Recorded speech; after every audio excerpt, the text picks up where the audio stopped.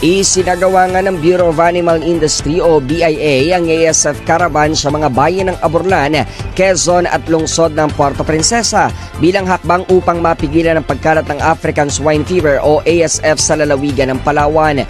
Katuwang ng Bureau of Animal Industry ay sa aktibidad ang Provincial Government Environment and Natural Resources Office o PGENRO kung saan tinalakay ni Atty. Noel Aquino, PGENRO officer na ang kahalagahan ng habitat conservation upang mabawasan ang interaksyon ng tao at mga ligaw na hayop na maaaring magdulot ng paglipat ng sakit.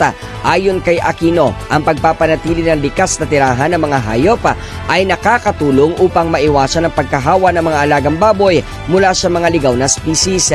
Tinalakay din sa programa ang kahalagahan ng mga lokal na batas sa pangangalaga ng kalikasan tulad ng Palawan Environment Code at Pista ng Kalikasan Ordinance na naglalayong hikayatin ang partisipasyon ng komunidad sa pagpapanatili ng kalinisan at kalusugan ng kapaligiran.